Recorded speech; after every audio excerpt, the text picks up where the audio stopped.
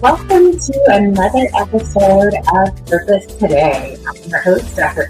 Dobson, and I'm very excited about my very special guest today, Dr. Staci Smith.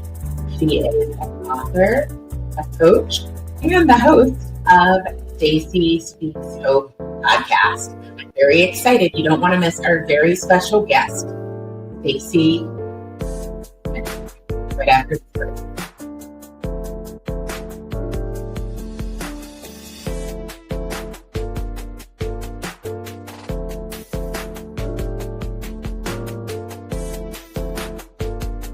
Today's episode is brought to you by the Purpose Professionals community. This is a community that's designed for professionals and entrepreneurs. It will help you to align your profession with your purpose. This community gives you the tools that you need to pivot, to pursue your purpose, to develop, to grow, and to grow a business. It also has an opportunity to network with like-minded professionals.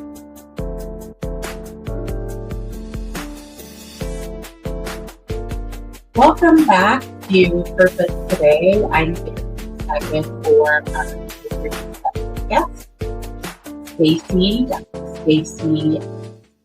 It is such an honor to have our guest, Dr. Staci Smith. Staci, welcome to the show today. It's such an honor to have you here. It is an honor to be here. Thank you so much. You're very welcome. And I know some of our guests may not be familiar with you. So if you don't mind, if you could please share about yourself with our guests, please. Well, I have been in education. I am a retired educator and have come out of the professional space. My heart is to help women find the lies that they believed as little girls that have hindered them in walking into their God-given calling as adults. I have a passion for bringing that truth to light and release for healing. I am a mother of an adult son. I have a goddaughter, and her daughter I'm her nana. I've written in a anthology for women, just telling our stories, and have a workbook that goes with my podcast that helps women discover the lies. So we'll talk more about that, I'm sure, later.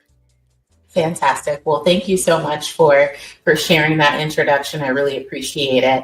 I know one of the things that you said in your introduction is that on your podcast, you help women to discover the lies, that they've told themselves. Tell us a little bit more about that. Let's unpack that. Definitely. What I have discovered in my own healing journey and in working with my clients is that our perception of ourselves shows up in everything we do as adults. It affects us in relationships, both with ourselves, with the Lord. It affects our physical health. I had a major health issue as a result of, I believe, internalized stress, self-imposed stress that cost me my kidneys. So I actually had a kidney transplant 17 years ago. Wow. Right after my son was born. So that was just traumatic. The kidney transplant didn't happen, but the diagnosis did. So I went through 13 years from the diagnosis to actually having the transplant. It was a stranger that offered me a kidney, and she is now my kidney sister. Wow. But it all came back to me feeling unworthy. There was an incident that happened when I was 7 years old, and a sequence of events that followed that became truth, even though they weren't. That showing up as Staci just wasn't enough.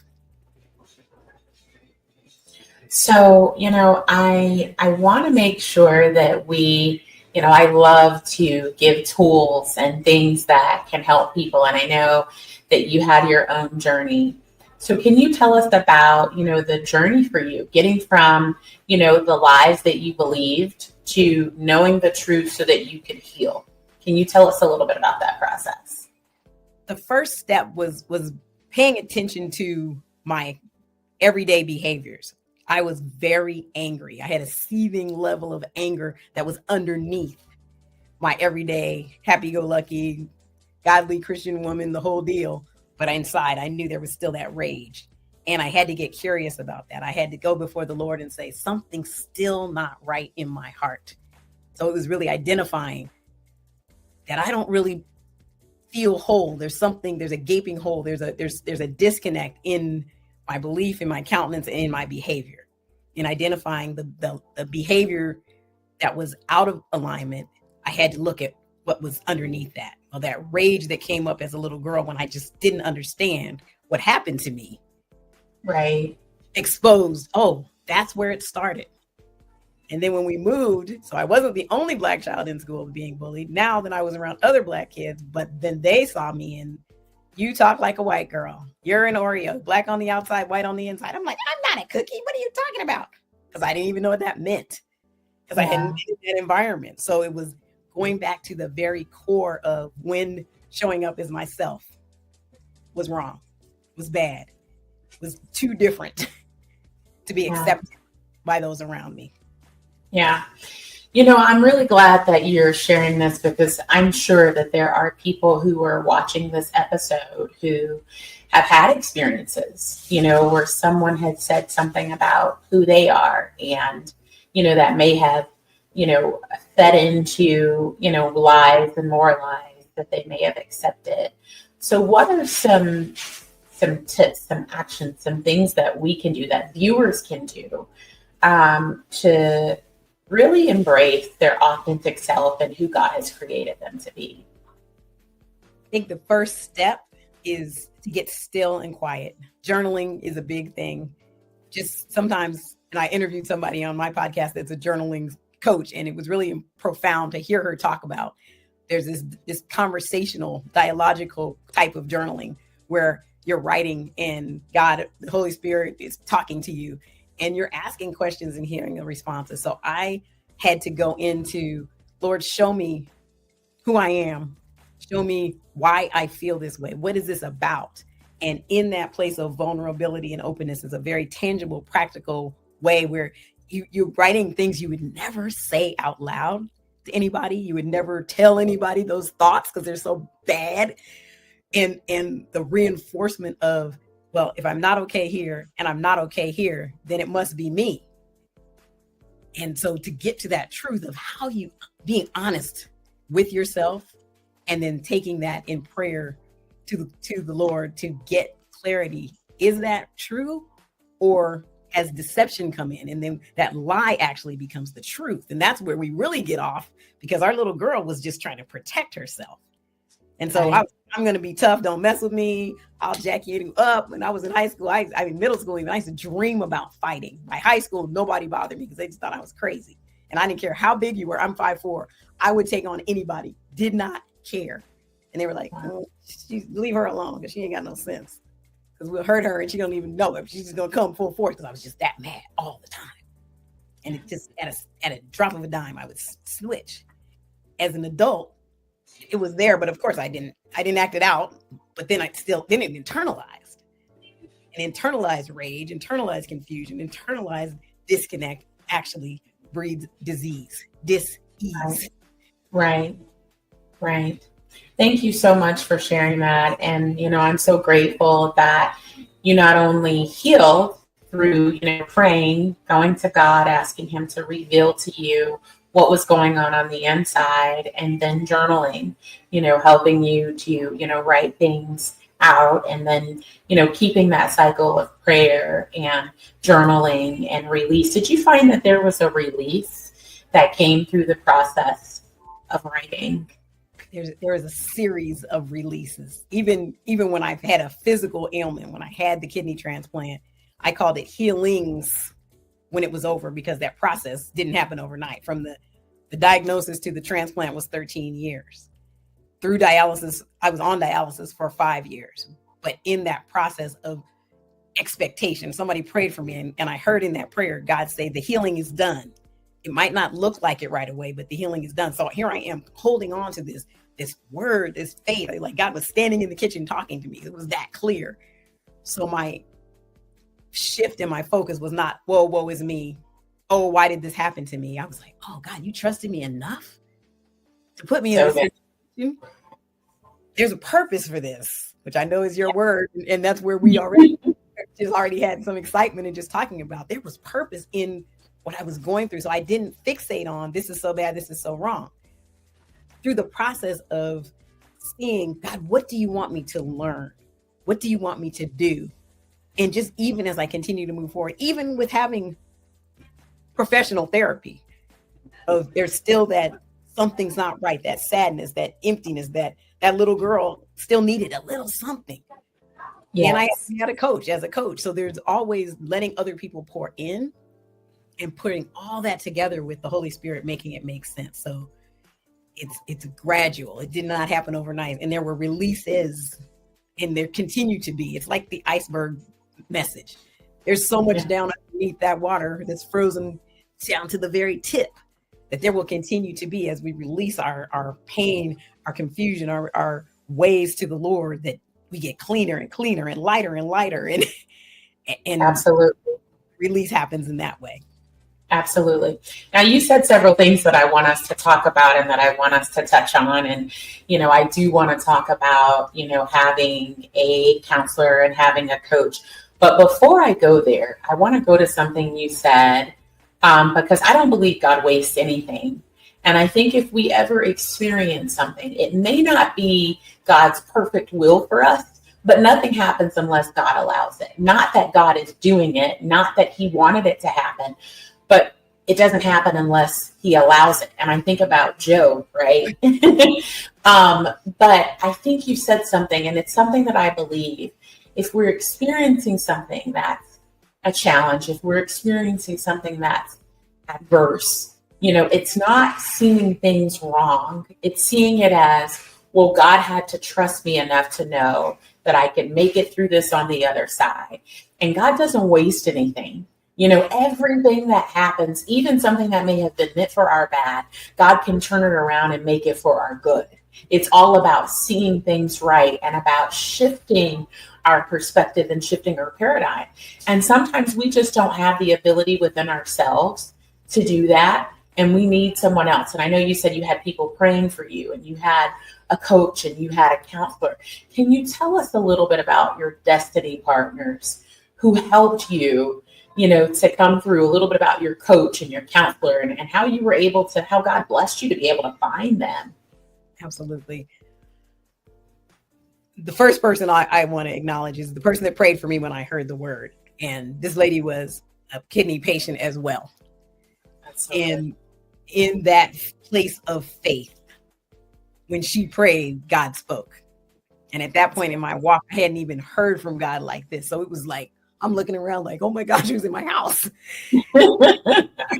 Forward, my first coach just didn't necessarily even call on the Holy Spirit and have that belief system, but it was look at things in a different way. You actually have the choice, the option to shift the way you see things. I was ready to walk off my job as the principal of a school. Schools, like we were in the beginning of the school year, end of summer. I was like, I don't want to go back. And in one weekend at an event of just seeing the possibilities that life could be joyful and purposeful and happy, and I could dream for bigger and want more for myself.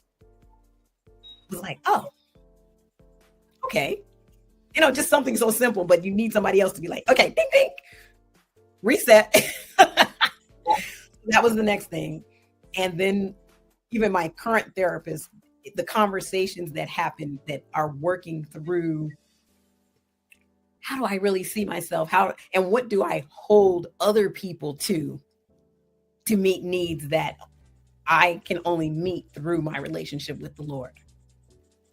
So it's those kinds of shifts. It's looking around, looking away from myself. The thing was, I was not looking to what's happening to me. It was an intimate place of worship, an intimate place of, God, I get to trust you. I don't know how this is going to happen. And people thought I was crazy. I was like, oh no, you don't have to pray for me anymore. God's going to heal me. And they were like, girl, you lost your mind. Your baby is 2 months old. Your husband got you on the list to get a transplant. I was like, oh no, you can take me off. And he just like, girl, I don't. Yeah, he did not even, that didn't make sense. And I had to learn and realize as I walk through life being like this, that everybody's not going to get it. Right. It not makes sense, and it doesn't have to. God has said to me, nobody has to believe it but you, because I told you. Yes. And that's the key. It is. I'm going to stand alone in what God said, in his plan, which is for his purpose, that even maybe I've yet to fully express and understand. I'm walking into it even now, being able to do this podcast, because I had to be on the other side of healing enough to share the story, to encourage others to say, come on, take my hand, baby. You can do this. God has shown me this is even for men, because our little children, our perception of ourselves through the eyes of little children who stood up to protect us when things were happening, all kinds of things, meant the difference between surviving or not surviving. So of course it's hard to let go of. So that to me are the critical factors of knowing that there's pieces, there's components, that different roles that people play. And as I took those things back to my father, my Abba, to show me how to make it make sense, how to apply it for the greater plan that, again, that is still playing out. That's good. That's so good. And then is there anything that you want to add about the counselor or your coach? I think the thing about the coach, she was just unapologetically believed that you don't have to stay stuck. And she modeled. And I think that's where we lose our ability to dream. We lose our ability to hope. Hope is an acronym. It starts with healing, being open to dream and to love, because so many times when we're stuck, we don't even dream anymore. And to pursue passion and our purpose, what lights us up. I had the honor of being a principal and a teacher at an art school, where I used to tell the students at the 8th grade promotion speech every year, you are so blessed to have found your passion at such a young age, because there are adults in their 40s and 50s that are still trying to find their passion. Yeah. And their purpose. And some people spend so much of their lives and they don't know it. Right. So, yeah. And studies have even shown that most people don't discover their purpose until they're over 40. So that's wonderful that you had 8th graders who knew their purpose. Yes. That's wonderful. Being in that kind of space allowed me to be open and to take that back as a principal, to talk to teachers through the lens of your purpose for being in this classroom. So I started coaching as a principal, just the teachers that I served. And then just from a therapist standpoint, having that alignment where trusting God was part of the opening, acknowledge and being able to look at the diagnoses of dis-ease as not something that we had to live in, not something that had to hang on to. Right? That's in my next book, On the Other Side, There is Hope. It's about one of the main things is you're not defined by your diagnosis. So never did I say forever will I be a dialysis patient or my kidneys failed. It was like, I have the story of the miracle of a stranger saying, hey, I want to give you a kidney. That's more the story than the illness part of it. Yeah. And I didn't even look sick or act sick when I was sick, because I was just like, yeah, whatever. This is not permanent. Okay. Right. Catch me on the flip side. It'll be all right. That's good. Now I want to talk about, the change for you, because I know you said that being on the other side, having these destiny partners, someone to pray with you, a coach, the counselor, having all of these people that you started coaching as a result of that. And so can you tell, I guess, our viewers about, for you, how important you think it is for us to discover and pursue our purpose? It's everything, in short, but in detail. We are all created for a unique purpose. There is a voice, your voice, that someone is waiting to hear. Someone needs your voice, that Dr. April and I can say exactly the same thing. Her people will hear her voice and my people will hear my voice. So that's what's so beautiful about this space, that we can come together and collaborate, and there's no competition, because the audience is destined to hear us. Those of you that haven't started a podcast and God has told you to, your people are waiting for you. Their souls are dying for you to give them the message that only you can share.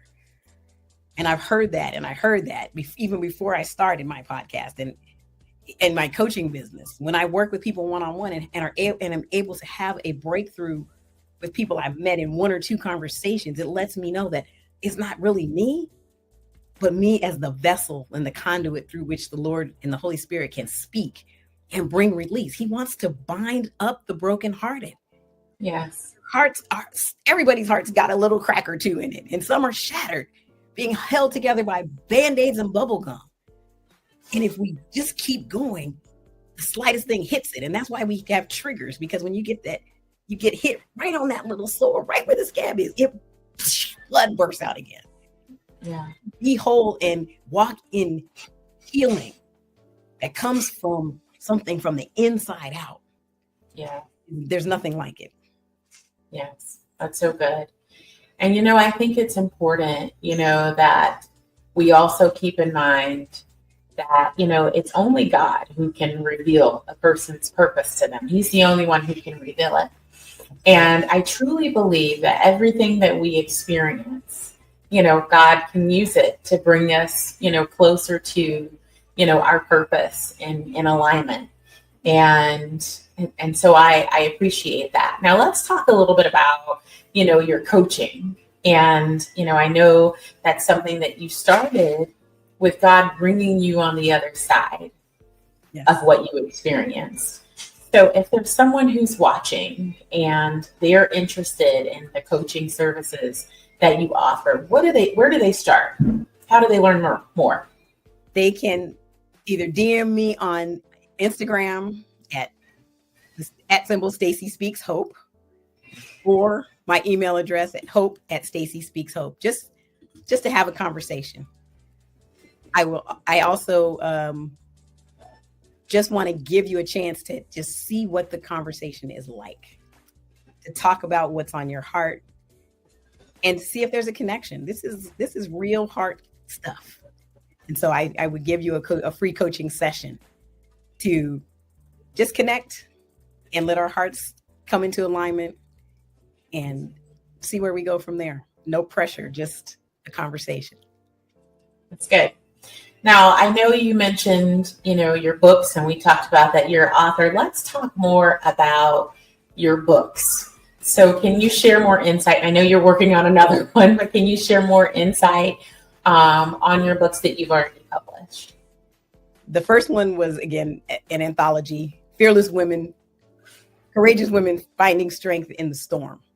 And it was just different people coming through stories of how healing, God had brought them through healing, brought them through journeys. Mine was the kidney transplant story. The next one is a No More Lies guided workbook and healing journal. And it's the step-by-step, starting with finding your little girl, identifying the lies. Sometimes our little girl is hidden because it was so bad, so scary. We just can't even remember. I talked to a lot of people and they're like, I don't remember my little girl, or I was never able to be a little girl. Wow. So just going back to pinpointing there, when I look at my granddaughter, she's 3 and she just walks around with just this sheer fearlessness and confidence. And it's like, if you're able to tap back into that, and I don't take it for granted that everybody is not, that was robbed earlier than even 3 for some women. And that is so sad, true. But as we go through the process of finding our little girl, identifying the lies, we cancel the lies with the truth, because we have to have that offset that allows us to be open to identify what is the purpose that God put in me that I have not been able to step into and be empowered to walk in. There's journaling prompts. There's real questions to just sit and be still with her. There's scriptures to support. There's a 30 days of just being in that purpose. And then the continuation, the whole journal part is, He will give you beauty for ashes. And that has been my message with my kidney transplant. That's what I felt like. It's like, those dead kidneys are ashes, but He gave me beauty in a woman that said, here, let me give you a kidney. That's good. So to have time and space to just have different prompts every day for 90 days and just walk it out. Because the pain and the trauma and the mentality that we had didn't come overnight. So it doesn't go overnight. So it's practicing that. Thank you. And how can viewers find your books? They can go to Staci Speaks Hope and order the journal, and they can message me for the anthology because that was printed a little while ago, and both will send you signed copies. So we'd love to have you hear that. There's 12 women in the anthology, and the journal is just really a guide and an aid to help you walk through those questions that you don't even know to ask at first. That's good. Now, I know you talked a little bit about the book that you're authoring. So can you tell us a little bit more about it and when viewers can expect for it to release? You're putting me on the spot, Dr. April.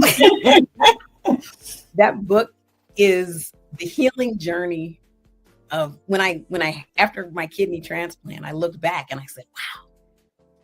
I remember the day when I got the diagnosis, when they said, put everything down and go to the hospital. You got to go on dialysis today. And when I looked back from that diagnosis and that healing, on the other side, everything looks so different.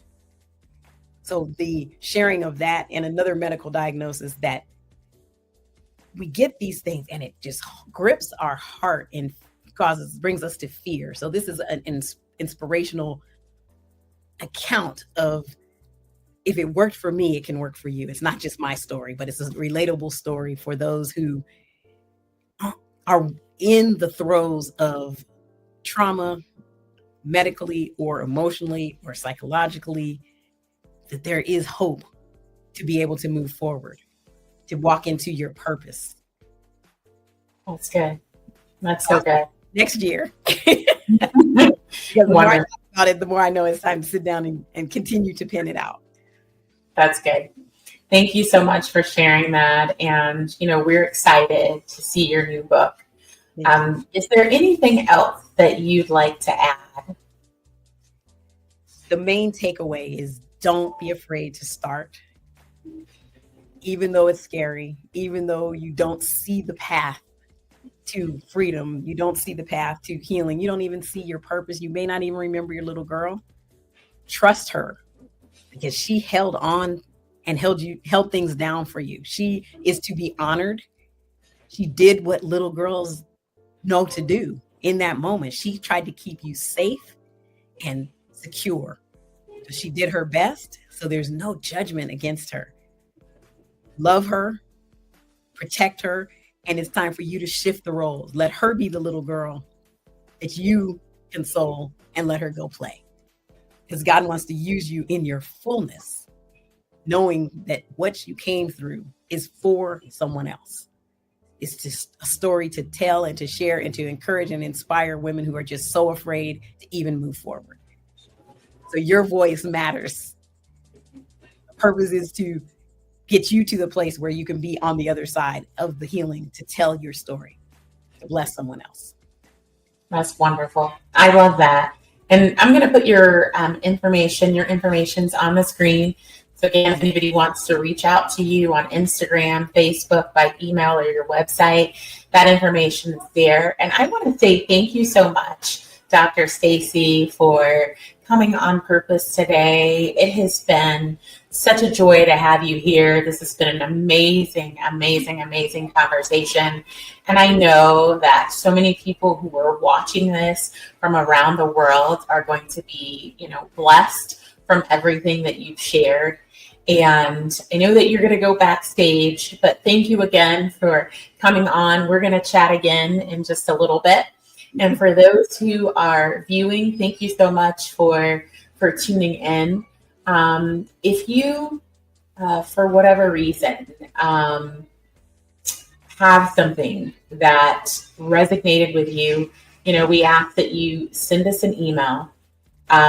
Additionally, if you, feel that you need to make a change professionally, I know Dr. Staci talked about how she started coaching once she made it on the other side of her experience. I do encourage you to send us an email at admin@purposetoday.com. So if you've heard something today that has helped you, that's been a blessing to you, send us an email and tell us about it at admin@purposetoday.com. And if you believe that it's time for you to make some pivots professionally, then I encourage you to send an email to admin@purposetoday.com. We really appreciate you and thank you so much for tuning in today. Again, this episode was brought to you by the Purpose Professionals community. We're very excited to invite you to join the Purpose Professionals community. If you are someone who wants to grow professionally, you feel like you need to pivot professionally, you want to connect with other like-minded professionals, we encourage you to join the Purpose Professional community. Thank you so much for tuning in to this very special episode with our guest, Dr. Staci A. We thank you for tuning in to Purpose Today, and we will look forward to seeing you next time on another Power Packed episode. Thank you so much for tuning in, and we encourage you to live a purpose life today and every day. Thank you so much for tuning in.